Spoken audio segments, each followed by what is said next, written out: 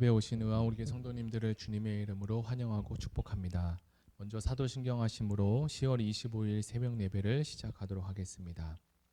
전능하사 천지를 만드신 하나님 아버지를 내가 믿사오며 그 외아들 우리 주 예수 그리스도를 믿사오니 이는 성령으로 잉태하사 동정녀 마리아에게 나시고 본디어 빌라도에게 고난을 받으사 십자가에 못 박혀 죽으시고 장사한 지 사흘 만에 죽은 자 가운데서 다시 살아나시며 하늘에 오르사 전능하신 하나님 우편에 앉아 계시다가 저리로서 산자와 죽은 자를 심판하러 오시리라. 성령을 믿사오며 거룩한 공예와 교회와 성도가 서로 교통하는 것과 죄를 사하여 주시는 것과 몸이 다시 사는 것과 영원히 사는 것을 믿사옵나이다. 아멘. 네, 오늘은 출애굽기 37장 1절에서 29절의 말씀을 가지고 예수의 피를 힘입어 담력을 얻었나니 라는 제목으로 하나님 말씀을 나누겠습니다. 먼저 제가 성경 봉독해 드리겠습니다.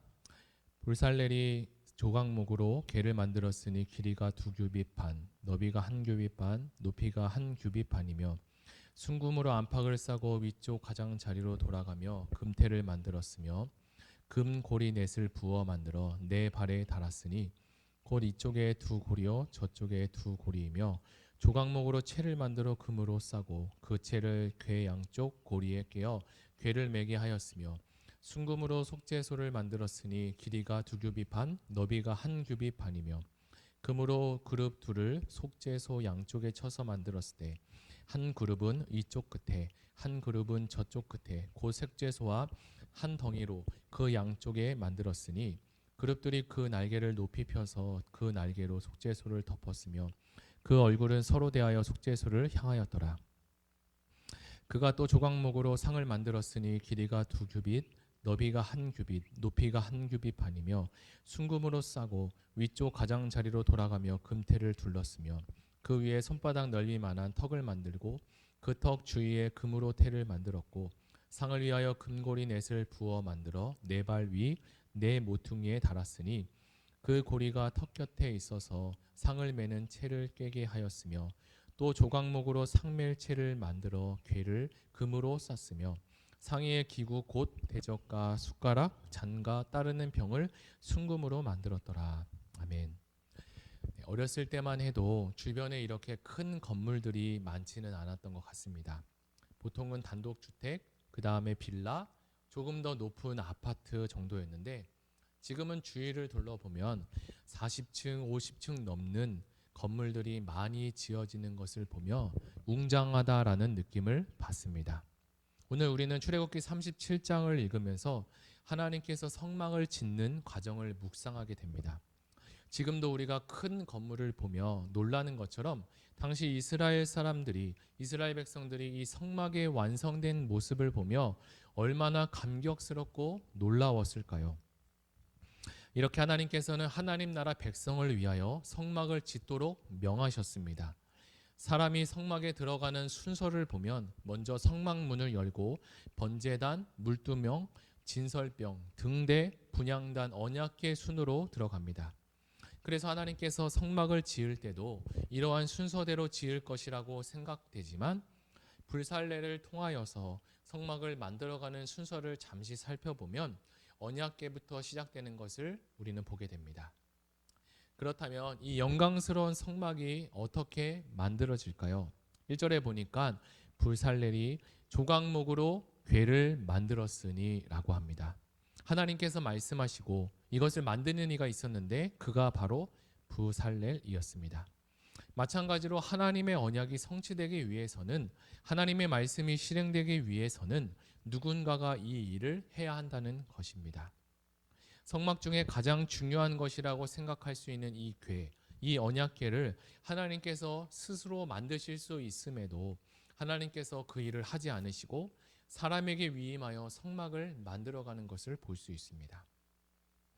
언약궤 안에는 여호와 하나님과 이스라엘 백성이 맺은 언약의 증거인 두 돌판을 증거와 그리고 경고의 의미로 삼기 위해 보관했기 때문에 불순물을 모두 제거한 순금을 사용했다고 우리는 볼 수 있습니다. 성막 안에서 만들어지는 증거궤와 진설병을 놓을 상도 하나님의 말씀대로 만들어지는 과정을 보게 됩니다. 이렇게 재주가 많았던 불살렐이 자신이 디자인해도 얼마든지 아름답게 그리고 멋지게 만들 수 있었지만, 하나님은 하나님의 생각으로 성막과 그 안에 필요한 것들이 지어지기를 원하셨습니다.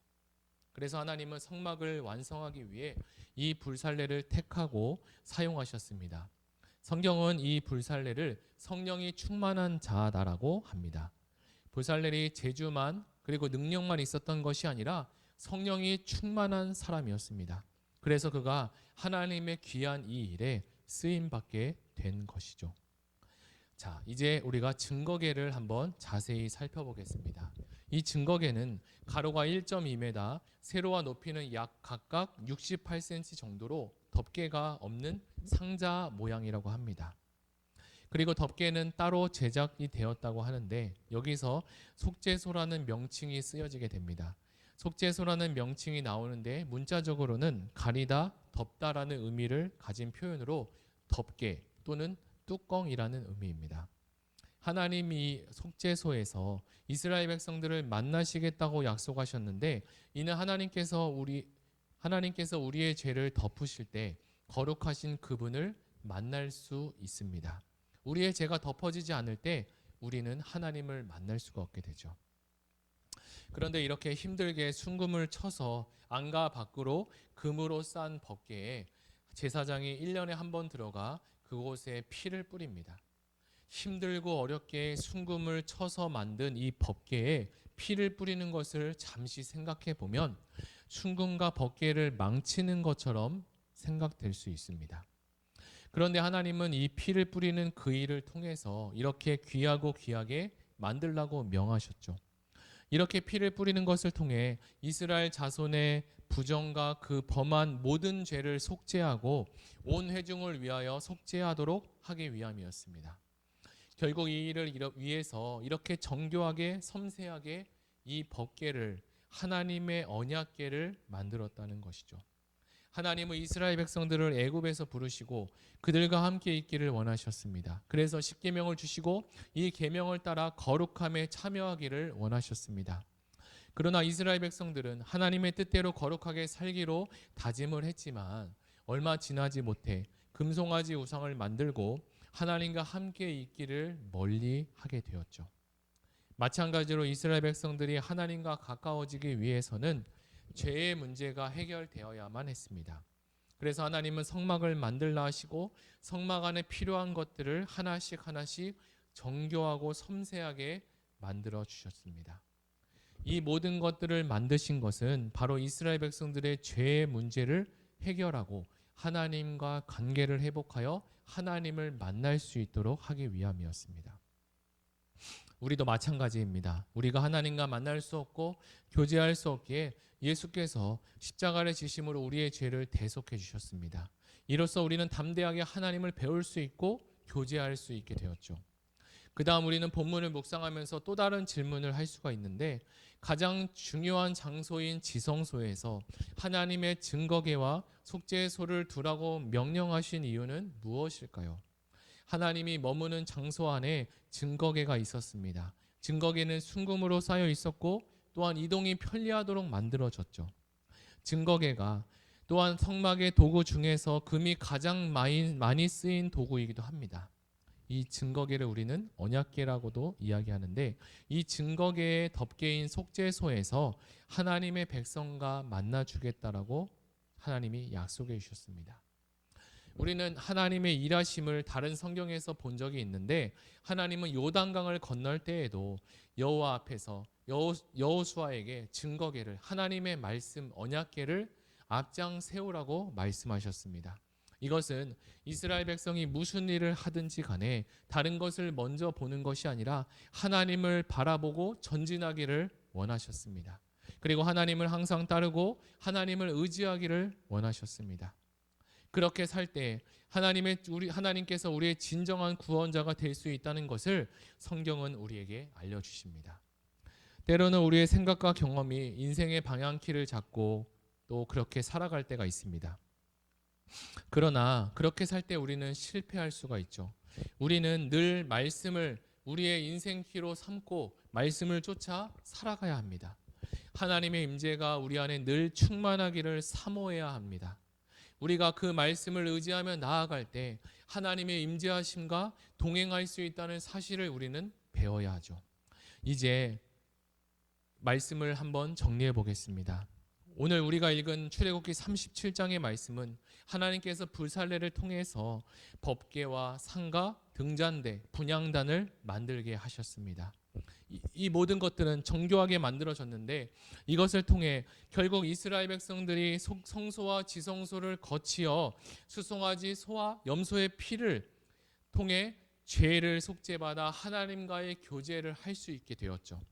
그러나 이제는 우리가 예수 그리스도의 피를 힘입어 담대하게 하나님께 나올 수 있게 되었고 하나님과 교제할 수 있는 은혜를 허락해 주셨습니다. 그 하나님께서 주신 예수 그리스도의 그 은혜에 감사하며 모든 것을 만드는데 쓰임받은 불살레처럼 지혜와 성령이 충만한 자가 되게 해달라고 우리가 함께 기도해야 되겠습니다. 우리가 이 시간에 들은 말씀을 생각하며 같이 기도하고 일어납니다.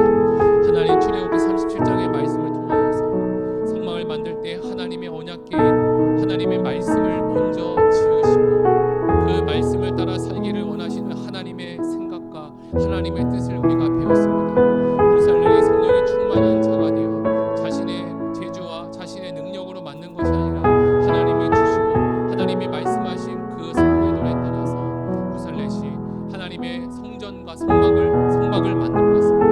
하나님 우리도 하루를 살아갈 때 오늘을 살아갈 때 하나님 말씀을 앞장 세우게 하시고 하나님의 말씀을 우선순위로 삼아 살아갈 수 있는 은혜가 충만하게 하게 해달라고 기도하시고 내 생각과 내 계획들이 있지만 그것을 잠시 내려놓고 하나님이 주시는 생각으로 하나님이 공급하시는 은혜를 따라서 살 수 있는 오늘 하루가 되게 해달라고 우리 다 같이 기도하시겠습니다. 사랑의 하나님 감사합니다.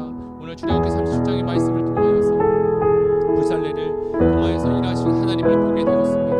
하나님께서 성령이 충만한 불살레를 세워 성막을 만드시고 하나님을 만나는 그 통로와 하나님 만날 수 있는 장소를 허락해 주셨는데 하나님 이제는 우리가 예수 그리스도의 그 피를 통하여서 하나님 우리가 예수 그리스도를 통하여서 하나님을 만날 수 있는 눈이 활짝 열리게 하셨습니다. 하나님 이제 날마다 예수님을 의지하며 하나님을 만나러 가게 하시고 하나님의 말씀을 앞장 세워서 살아갈 수 있는 은혜를 허락하여 주시옵소서.